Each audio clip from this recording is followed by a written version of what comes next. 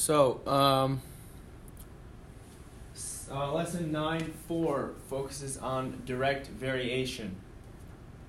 So our key concept here, a direct variation is a relationship in which the ratio of y to x is constant, which is our m. We say y varies directly with x. The symbols that we're going to be using, y over x equals m, or y equals mx, where m cannot be equal to 0. An example of a direct variation we have here would be y equals 2x. And then our non-examples, we have y equals 4x plus 6, y equals x minus 12. Those are non-examples because something is being added or subtracted, which would cause it to not be a direct variation. When we're talking about our slope and our m and our constant of variation, they're the same thing, just depending on the problem that we're doing, it's called something different. So today we're going to talk about how to come up with the equation for direct variation. Before I do that, I just want to take a look at that graph we have. So we said in examples y equals 2x. If you look to your right there, that we have our graph of y equals 2x. We could say that this is a direct variation because it passes through the origin of 0, 0. So our ordered pair of 0, 0 in this case is going to be a solution of y equals mx. Okay, so that's another way we know that there is direct variation there. So when the ratio of two variable quantities is constant, the relationship is a direct variation. Again, this goes back to what I just said. Since 0, 0 is a solution of y equals mx, the graph of a direct variation always passes through the origin and represents a proportional linear relationship. So in our equation, y equals mx, our m is called the constant of variation or constant of proportionality.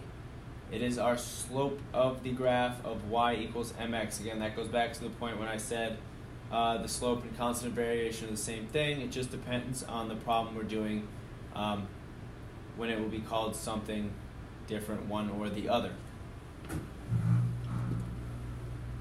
So in our first example here, it says the graph shows the cost of different amounts of trail mix. Determine if the relationship between the cost and the weight of the trail mix is a direct variation.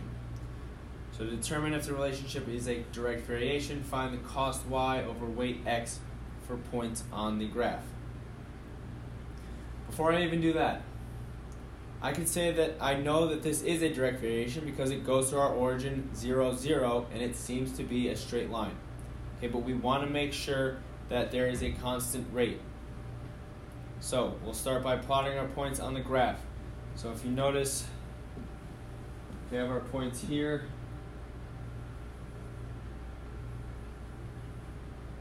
here, and here.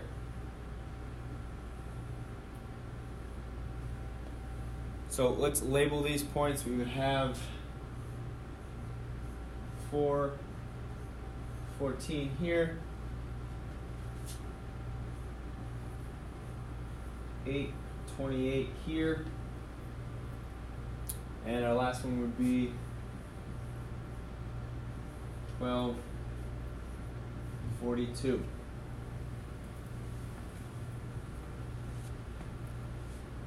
Now we have to see what our direct variation is. So in order to do that, we just have to put our y over our x, or our cost over our weight. So let's look at our first point. We have y over x. Our first order pair is 4:14. So my y would be 14, x would be 4, and that is going to give me, I can simplify that further, that would give me 7/2.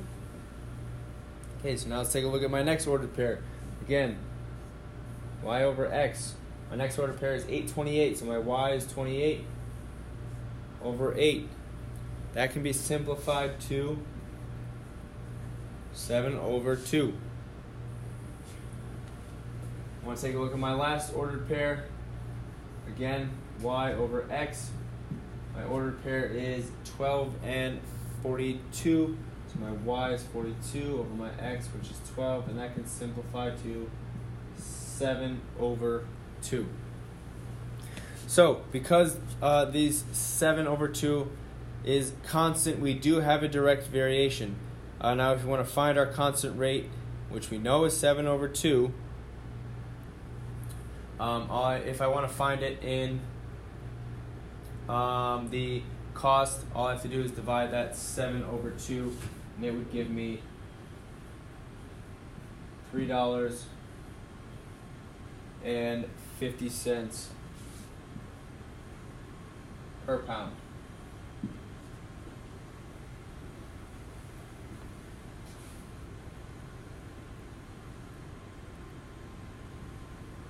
Alright, so our next example here, it says the time it takes to burn amounts of information on a CD varies directly with the amount of information, right? And solve an equation to find how long it will take to fill a 700 megabyte CD. So we want to use the equation y equals mx, and we can choose any point on the graph and then solve for m. That is our first step. So again, we're using y equals mx.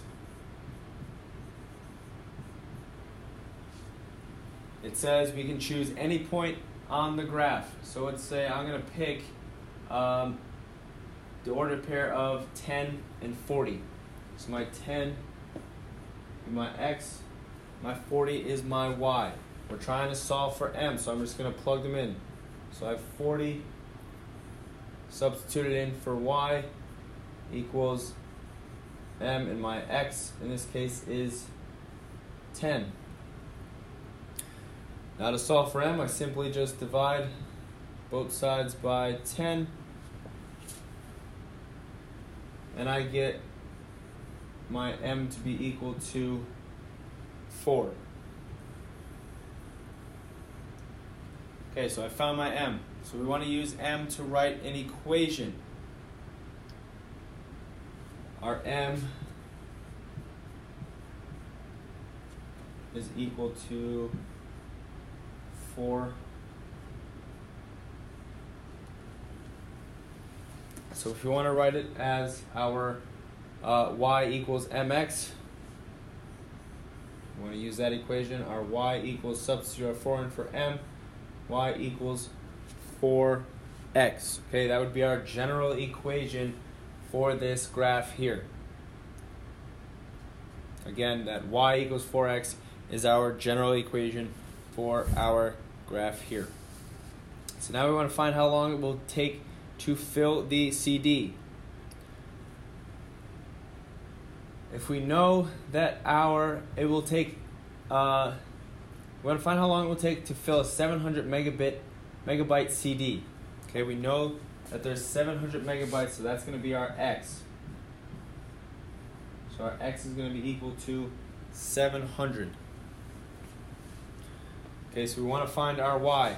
So using that general equation, we have y equals 4 times, and we substitute our 700 in for x. And that's going to give me y equals 2,800 seconds. And that would be my answer there.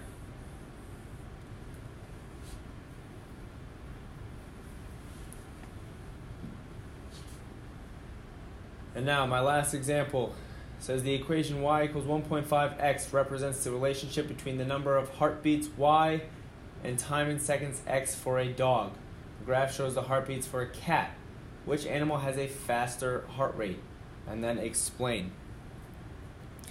So we know that, I just want to write down what I know. I know the dog is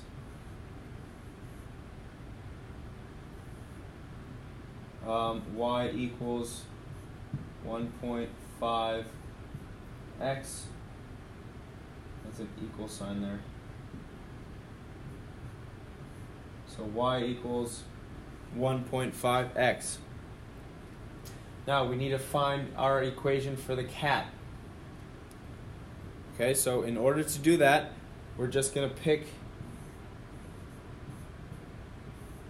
a point on our graph again, because this graph here represents the cat's heart rate. So we're just going to pick our point on the graph and substitute it in for our equation of y equals mx.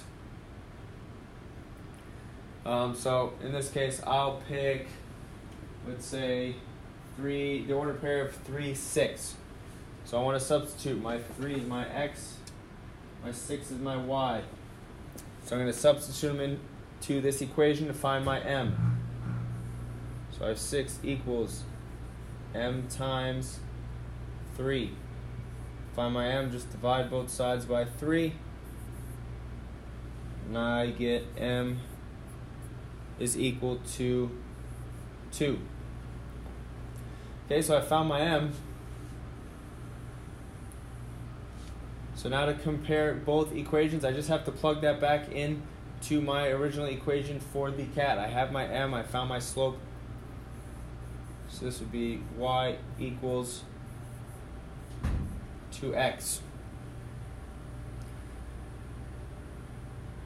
So now I have the cat equation is y equals 2x, and the dog is y equals 1.5x. So that tells me that the cat has a faster heartbeat because it is the heartbeat is beating at 2 beats per minute. So in this case, the cat would have a faster heart rate.